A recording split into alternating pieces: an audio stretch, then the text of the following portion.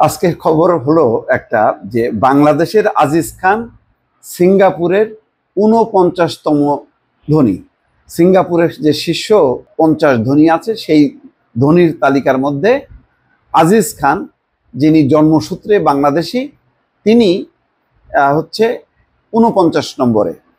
এখন এটা আমাদের জন্য একটা গর্বের, অহংকারের বিষয় হতে পারত, সম্মানের বিষয় হতে পারত, মর্যাদার বিষয় হতে পারত। কিন্তু দুঃখজনক হচ্ছে এই, যে এই আজিজ খানরা বাংলাদেশের হচ্ছে লুটেরা, টাকা পাচারকারী। বাংলাদেশে লুটপাট করে, বাংলাদেশ থেকে টাকা পাচার করে তারা সিঙ্গাপুরে অঢেল সম্পত্তি বানিয়েছে এবং সিঙ্গাপুরের নাগরিকত্ব নিয়ে এখন তারা সেখানকার শীর্ষ ধনী। এটাই হচ্ছে আমাদের জন্য লজ্জা।